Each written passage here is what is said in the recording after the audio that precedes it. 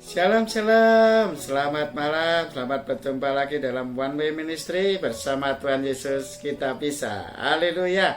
Saudara yang dikasih Tuhan, kali ini Tuhan ingin mengajar kita pada malam hari ini, yaitu tentang takut akan Tuhan adalah permulaan hikmat, dan mengenal Tuhan itu adalah pengertian Di dalam Amsal 9 ayat 10 nanti kita bahas. Bapa, di dalam nama Yesus kami mengucap syukur pada malam hari ini. Kiranya Engkau berfirman, apa yang Kau firmankan terjadi menurut apa yang Kau firmankan, karena Engkau yang mengawali dan Engkau yang mengakhiri. Ampuni semua dosa dan kesalahan kami jika kami tidak berkenan di hadapan-Mu.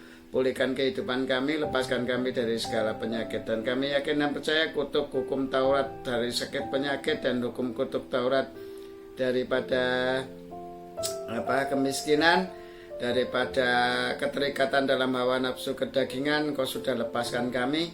Dan kami yakin Tuhan, Engkau sudah menuntun langkah kehidupan kami untuk berjalan dalam kebenaran-Mu. Dan pada saat ini berfirmanlah, kuasai kehidupan kami semua pendengar-pendengar firman-Mu, dan kuasai setiap YouTubers yang sudah menyediakan sarana ini. Demikian juga untuk XL, demikian juga untuk InShot, demikian juga subscriber dan viewer. Semuanya Engkau kasih dan Engkau berkati di dalam nama Tuhan Yesus Kristus. Haleluya, amin. Shalom saudara yang dikasihi Tuhan. Selamat bertemu lagi di dalam One Way Ministry ini Seperti Tuhan katakan tadi takut akan Tuhan adalah permulaan hikmat Jadi kalau kita tidak bisa menghargai Tuhan dan takut akan Tuhan, itu kita nggak akan mengerti aturan-aturan Tuhan dalam setiap kehidupan kita. Makanya Tuhan katakan yang pertama kali adalah takut akan Tuhan dulu, yaitu kita harus takut akan Tuhan dan kita mempercayai bahwa Tuhan itu ada dan bahwa Tuhan itu menyediakan surga untuk kita dan Bapa pendusta menyediakan neraka. Tanpa kita memiliki dasar yang kuat tentang takut akan Allah, makanya kita nggak akan bisa berjalan dalam kebenaran Allah. Biasanya begini saudara, peraturan-peraturan yang Allah bikin itu kan untuk membuat kita lebih dekat kepada Tuhan dan lebih mencintai Tuhan. Karena hukum-hukumnya itu ialah kasih, pengertian, panjang sabar, murah hati, dan semuanya 9 pribadi Roh Kudus itu yang harus ada di dalam kehidupan kita, yaitu kasih, sukacita, damai sejahtera, kesabaran, kemurahan, kebaikan, kesetiaan, kelemah lembutan, serta penguasaan diri. Itu yang harus melimpah dalam kehidupan kita. Dalam tuntunan Allah, tanpa 9 pribadi Roh Kudus itu yang menguasai kehidupan kita, kita nggak akan bisa takut akan Allah. Jadi kalau kita takut akan Allah, minimal 9 pribadi Roh Kudus itu yang kita lakukan dalam kehidupan kita. Karena jikalau kita mengaku bahwa Yesus Kristus adalah Tuhan dengan mulut, itu diselamatkan, dan percaya dalam hati bahwa Yesus Kristus adalah Tuhan, itu kita dibenarkan Jadi intinya kalau kita tidak ada seorang pun dapat berkata bahwa Yesus adalah Yesus adalah Tuhan selain Roh Kudus. Jadi kalau kita sudah bisa mengatakan bahwa mulut kita mengakui bahwa Yesus Kristus adalah Tuhan, Roh Kudus sudah ada dalam kehidupan kita. Pribadi 9 pribadi Roh Kudus, yaitu kasih, sukacita, damai sejahtera, kesabaran, kemurahan, kebaikan, kesetiaan, kelemah lembutan, serta penguasaan diri, itu harusnya yang kita pikirkan setiap hari dan kita bagikan ke sesama kita untuk menjadi aplikasi kehidupan kita sehari-hari, bahwa itulah kita takut akan Tuhan. Takut akan Tuhan yaitu menuruti segala semua peraturan yang ada di firman Tuhan yang Tuhan ajarkan kepada kita. Yang bisa menuntun kita dalam seluruh kebenaran Allah itu cuma Roh Kudus, saudara. Jadi biarlah Roh Kudus saja yang menuntun kita, biarlah Roh Kudus saja yang membawa kita ke seluruh kebenaran Allah, supaya kita bisa takut akan Tuhan. Pada saat kita mengotoritaskan, mempercayai keberadaan Allah dalam diri kita, bahwa Allah menyertai kita, bahwa kita mau melakukan dosa apapun harusnya pekewu, saudara, harusnya sungkan wong Allah bersama dengan kita kok. Kalau kita berjalan dalam kedagingan kita, itu berarti kita dikuasai oleh kedagingan, oleh bapa pendusta. Pertama kali, apa yang kita lihat, apa yang kita pikirkan, apa yang kita dengar, apa yang kita ucapkan, kalau itu membuat kita berdosa di hadapan Tuhan, itu berarti kita dikuasai oleh bapa pendusta sebetulnya, saudara. Makanya melalui panca indera inilah serangan kuasa bapa pendusta menyerang kita, orang-orang beriman kepada Tuhan. Tanpa tanpa tedeng aling-aling. Dia seperti singa yang mengaum-ngaum, mengelilingi kita semuanya. Maka daripada itu, kuasai kedagingan tubuhmu itu dengan menggunakan perlengkapan senjata Allah, yaitu berikat pinggang kebenaran yang kemarin sudah dibahas di season-season sebelumnya, yaitu berbaju zirah keadilan, berketopong keselamatan, berkasutkan rela memberitakan Injil, dan berpedang roh, yaitu firman Tuhan. Gunakanlah senjata Allah ini untuk menguasai kedagingan kita supaya kita nggak ditipu oleh bapa pendusta, seperti Tuhan Yesus selalu menggunakan firman Tuhan. Ayo, kita sebagai anggota-anggota tubuh Kristus itu adalah, biarlah kepala ini benar-benar Kristus yang ada dalam kehidupan kita. Jadi benar-benar kita takut akan Tuhan itu karena memang pemikiran Allah, pandangan Allah, pendengaran Allah, dan perkataan Allah yang mengalir dalam kepala kita ini supaya tubuh kita tidak berbuat dosa lagi. Begitu saudara. Itu artinya takut akan Tuhan adalah permulaan hikmat. Kita dapat hidayah, kita dapat hikmat itu pada saat kita bisa menyerahkan diri kita sepenuhnya kepada Allah yang menciptakan kita. Pada dasarnya kita ini ciptaan Allah, kan milik Allah. Ya, tapi kadang kita ini merasa bahwa diri kita ini milik kita sendiri, bukan ada yang memiliki. Sebenarnya kita ini ciptaan Allah, jadi kita ini milik Allah, saudara. Kalau saya menciptakan HP, ya HP itu milik saya, saya yang menciptakan kok, saudara. Lah begitu juga kehidupan kita, manusia ini semua milik Allah, saudara. Jadi kita nggak bisa berjalan dengan keberadaan diri kita, kemauan kita sendiri, saudara. Kita harus tetap dalam tuntunan pimpinan Roh Kudus, ya, pimpinan Allah sendiri. Contohnya HP itu harus nuruti saya, perintah-perintahnya juga dari saya semua. Ya tahu kan sudah tak program tahu semua itu HP, semua itu isi-isinya itu mau tak update, mau tak apa, kayak mau tak bikin bermanfaat bagi saya lebih lagi kan. Nah begitu saudara. Makanya kita ini ciptaan Allah, ayo kita bermanfaat bagi Sang Pencipta kita loh. Wong kita diciptakan oleh Allah ini loh. Ayo, pengertian ini sederhana tetapi ini perlu saudara untuk saudara renungkan, saudara jalankan, karena kita ini ciptaannya, nggak berhak untuk mengatur kehidupan kita. Ya, kalaupun yang Sang Pencipta ini mengajari kita jelek, nah itu lain lagi saudara. Ini kan mengajari kita untuk hidup kekal, masuk kerajaan surga, dan hidup damai bersama dengan Dia. Itu loh saudara. Ayo ya, berjalan terus di dalam kebenarannya, jangan ragu dan jangan sungkan untuk melakukan kebenaran. Tapi melakukan dosa malah tidak sungkan. Nah ini repotnya saudara. Ayo, saya nggak mau berpikir yang jelek-jelek, tetapi saya ingin supaya firman Tuhan aja yang dijalankan. Ya saudara, ini cuma mengingatkan aja bahwa kita sebagai anggota tubuh Kristus yang saling melengkapi, biarlah kita saling mendoakan, saling mengampuni, yaitu saling mengasihi dan saling peduli dengan yang lainnya. Kasihlah sesamamu manusia seperti diri sendiri. Itu ajaran Tuhan. Saya ulang-ulang terus karena itu bukti kalau kita mengasihi sesama kita seperti diri kita sendiri, itu bukti bahwa kita mengasihi Allah yang tidak kelihatan. Karena hukum Tuhan cuma dua itu ya, di Matius 22 ayat 37-39 cuma dua itu. Makanya kenapa saya ulang-ulang terus meskipun ayat firman-Nya itu tentang takut akan Tuhan dan permulaan hikmat, ya saya akan tetap dasar-dasarnya apa gitu. Makanya saya sampaikan ini saudara. Ya, kalau kita belum takut akan Tuhan, makanya kita nggak dapat hidayah dari Tuhan. Nah itu, kalau mau dapat hidayah hikmat dari Tuhan, istilahnya pemulihan ya, supaya kita bisa cinta Allah, yaitu kita harus takut akan Tuhan. Lah takut akan Tuhan itu apa? Yaitu berjalan dalam kebenaran firman, menjadi pelaku firman, menuruti Roh Kudus. Kita baca firman, kita menuruti ya Allah, ya Tuhan, tunjukkanlah jalan-jalanmu melalui firman-Mu ini. Ajar tubuh kami ini menuruti apa yang Kau pikirkan, apa yang Kau lihat, apa yang Kau dengar, apa yang Kau katakan, supaya kami berkenan di hadapan-Mu dan tidak berbuat dosa lagi tubuh kami. Supaya kedagingan kami ini Kau kuasai dengan Roh-Mu, sehingga kami bisa memuliakan Engkau dengan segala sesuatu yang berkenan di hadapan-Mu ya. Kemudian yang kedua adalah, kita baca lagi ya. Yang kedua adalah mengenal yang Maha Kudus adalah pengertian. Jadi setelah kita takut akan Tuhan, jadi kita semakin mengenal Allah kita yang Maha Kudus melalui firman-Nya ya. Pada mulanya adalah firman, firman itu bersama-sama dengan Allah dan firman itu adalah Allah. Jadi kalau kita baca firman Allah, sebetulnya kita baca Alkitab itu sebetulnya kita surat dari Allah melalui hamba-hamba, nabi-nabi, utusan-utusan Allah yang sudah menulis surat-surat itu ya. Matius, Markus, Lukas, Yohanes ya semuanya lah. Banyak hamba-hamba Tuhan, para nabi yang sudah dipakai Allah untuk menulis firman-firman Tuhan itu, isi hati Allah yang disampaikan untuk dipergunakan untuk umatnya ya. Jadi kalau kita baca firman Tuhan itu sebetulnya kita ketemu dengan isi hati Allah. Jadi kalau saya tulis surat sama istri saya ya, itu mewakili perkataan saya, mewakili isi hati saya kepada istri saya.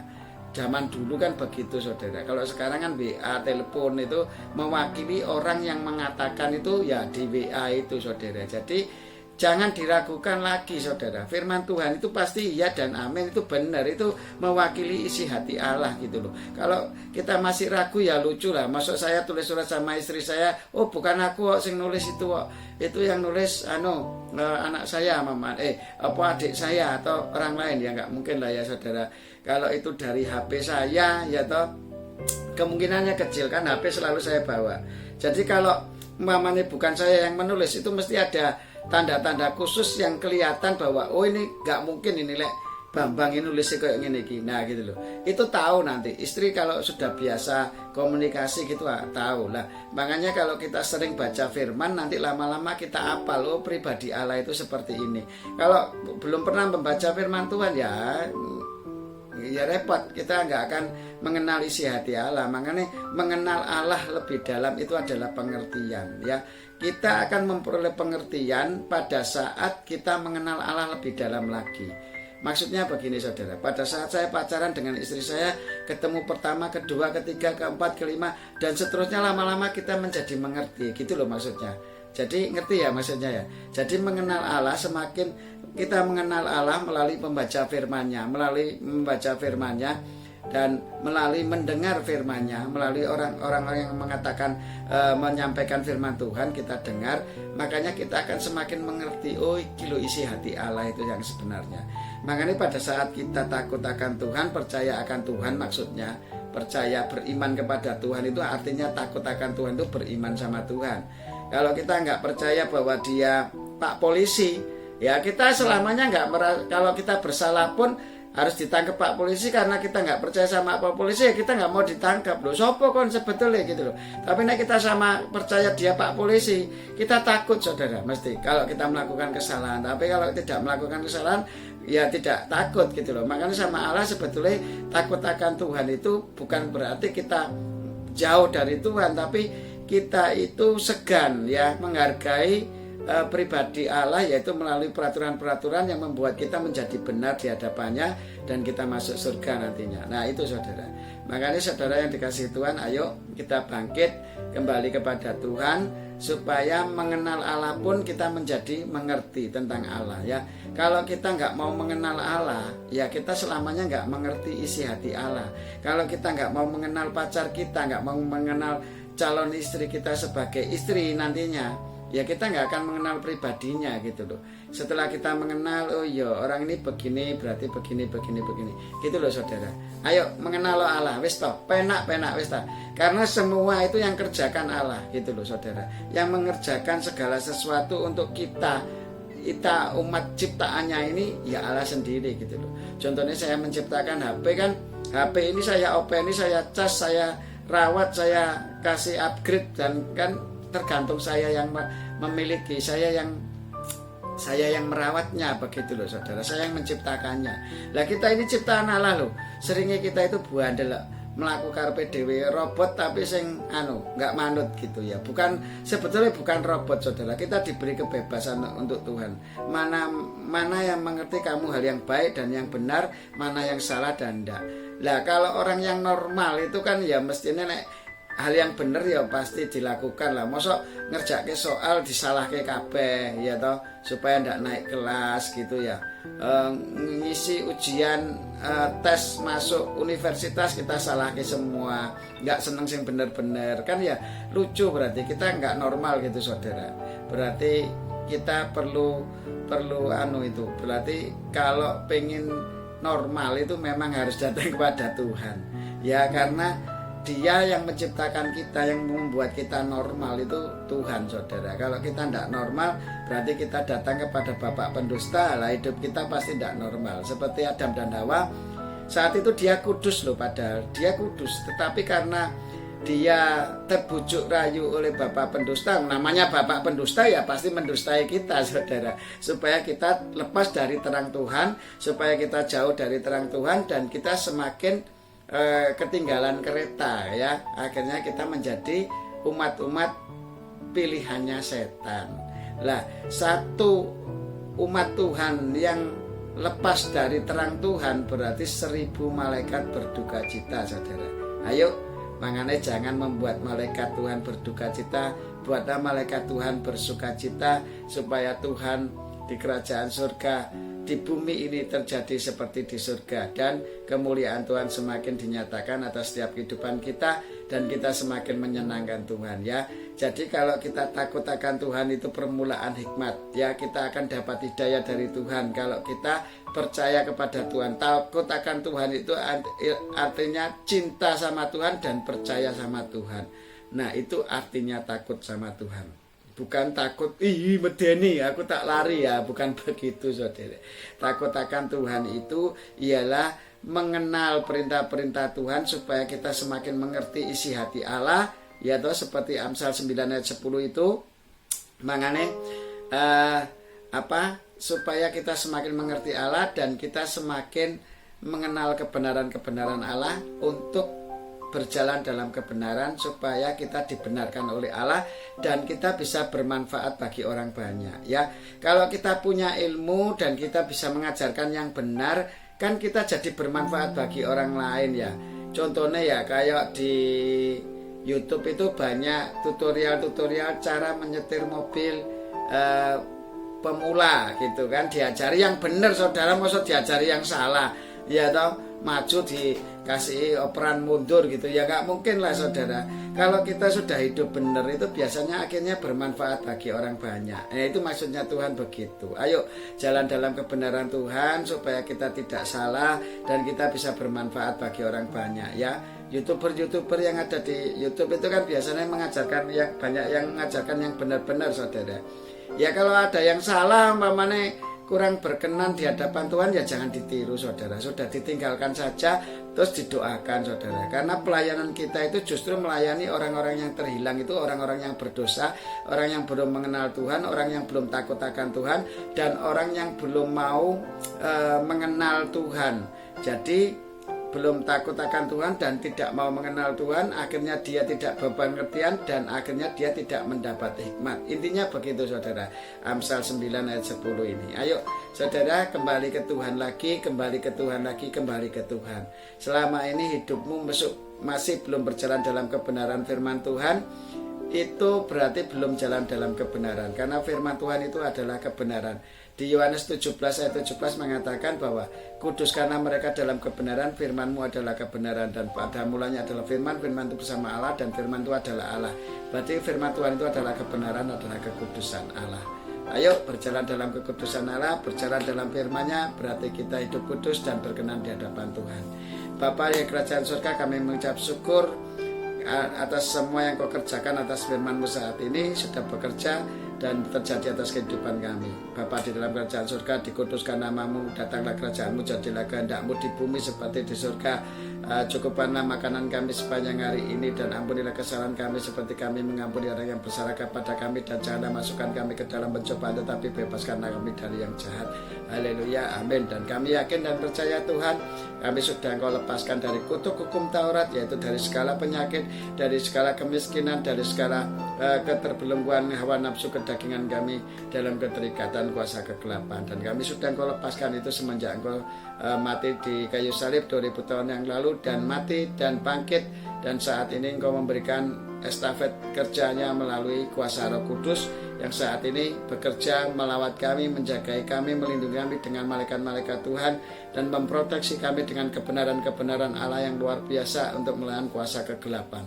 Terima kasih Bapak, terima kasih Yesus, terima kasih Roh Kudus. Di dalam sukacita dan bersyukur dan tekun berdoa di dalam tuntunan Roh Kudus-Mu, kami sambut hari-hari kami bersama dengan Engkau.